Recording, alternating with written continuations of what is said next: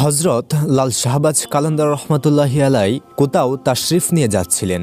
প্রতিমধ্যে তিনি একজন মাদারি অর্থাৎ বাদর খেলার লোক দেখতে পেলেন। হজরত লাল শাহবাজ কালান্দার রহমতুল্লাহি আলাই সেই ব্যক্তিটির কাছে গেলেন এবং জিজ্ঞাসা করলেন, তুমি কে?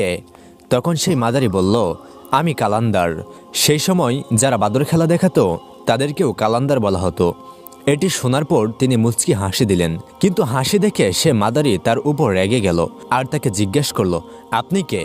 সরকার লাল শাহবাজ কালান্দার রহমতুল্লাহি আলাই বললেন, আমিও একজন কালান্দার। তার উত্তরে সেই বাদর খেলার লোকটি অবাক হয়ে গেল আর সে বলতে লাগলো, না আপনার কাছে কোনো বাদর রয়েছে আর না হাতে কোনো ডুগডুগি রয়েছে, আপনি আবার কি করে খেলা দেখাতে পারেন?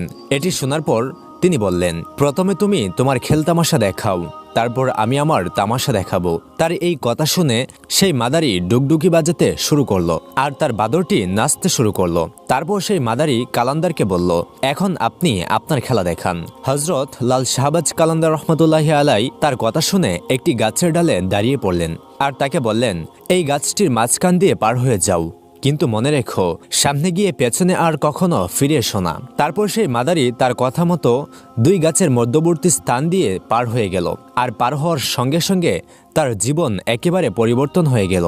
না ছিল সেখানে সূর্যের উত্তাপ আর না ছিল কোনো চিৎকার চেঁচামেচি। তার সামনে একটি পাহাড় ছিল আর সেখানকার চারিদিকের সুন্দর পরিবেশ, সেখানকার তাপমাত্রা না ছিল গরম আর না ছিল ঠান্ডা। সে চিন্তাভাবনার মধ্যে মগ্নই হয়েছিল।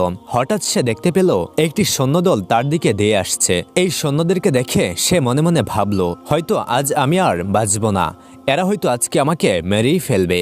যখন সৈন্যদল তার কাছে পৌঁছালো তখন সেখান থেকে প্রধান সেনাপতি বেরিয়ে এসে সেই বাদর খেলা দেখানো ব্যক্তিটির কাছে আসলো আর এসে বলতে লাগলো, বাদশাহ সালামাত, এতদিন ধরে আপনি কোথায় হারিয়ে গিয়েছিলেন?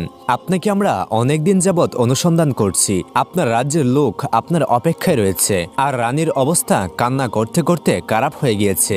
এখন আপনি আমাদের সঙ্গে চলুন। এই কথা শোনার পর সেই ব্যক্তিটি খুব অবাক হয়ে গেল আর ঘোড়ায় চড়ে তাদের সঙ্গে চলে গেল। যখন সে মহলে পৌঁছালো তখন রাজপ্রাসাদটি দেখে সে অবাক হয়ে গেল। যখন সে মহলের ভেতরে প্রবেশ করলো তখন অপরূপ সুন্দরী রানী তার কাছে এসে উপস্থিত হলো আর কান্না করতে করতে বলতে লাগলো, আপনি কোথায় হারিয়ে গিয়েছিলেন? তখন সেই লোকটি সবকিছু ভুলে স্নান করে প্রস্তুত হয়ে গেল আর বাদশাহী পোশাক পরে রাজ্যের সিংহাসনে বসে পড়ল। এইভাবে বছরের পর বছর কেটে গেল। বাচ্চা হলো আর রাজপুত্র যুবক হয়ে গেল। অন্যদিকে বাদশাহ বৃদ্ধ হয়ে গেল, সে অসুস্থ হয়ে পড়ল আর তার মুখের রুচিও চলে গেল। একদিন সে রাজ্যের সমুদ্রের পাশে বসে চিন্তা করছিল যে অনেকদিন পূর্বে আমার সঙ্গে কি ঘটেছিল। এই চিন্তা করতে করতে সে সেখানেই পৌঁছালো যেখানে সে দুটি গাছের মধ্যবর্তী স্থান দিয়ে পার হয়ে এসেছিল। সে দেখতে পেল যে ওই গাছটি এখনো সেখানে রয়েছে। সে ভাবল, একটু গিয়ে দেখি আমার সঙ্গে কি ঘটেছিল, কে ছিল সেই ব্যক্তি। এই ভেবে সে গাছের মধ্যবর্তী স্থান দিয়ে অন্যদিকে সরে গেল আর যখনই সে বেরিয়ে গেল তখন সঙ্গে সঙ্গে পরিস্থিতি বদলে গেল। একই সময় এবং একই জায়গা, তার সামনে তার বাদর আর ডুগডুগি পড়ে রয়েছে। একই গরম আর চিৎকার চেঁচামেচি। সামনে দেখল যে হজরত লাল শাহবাজ কালান্দার রহমতুল্লাহি আলাই দাঁড়িয়ে আছেন। সে অবাক হয়ে জিজ্ঞেস করল, হজরত, আমার মহল, আমার মালিকা আর আমার রাজপুত্র কোথায় গেল? হজরত মুচকি হাসি দিলেন আর বলতে লাগলেন, সবকিছু তামাশা ছিল। একটি তামাশা তুমি আমাকে দেখিয়েছিলে আর অন্য একটি তামাশা আমি তোমাকে দেখালাম। তো প্রিয় দর্শক, এই ছিল আমাদের আজকের ভিডিওটি কেমন লাগলো কমেন্ট করে আমাদের অবশ্যই জানাবেন। আজ তাহলে এই পর্যন্তই। আপনারা সকলেই ভালো থাকুন, সুস্থ থাকুন।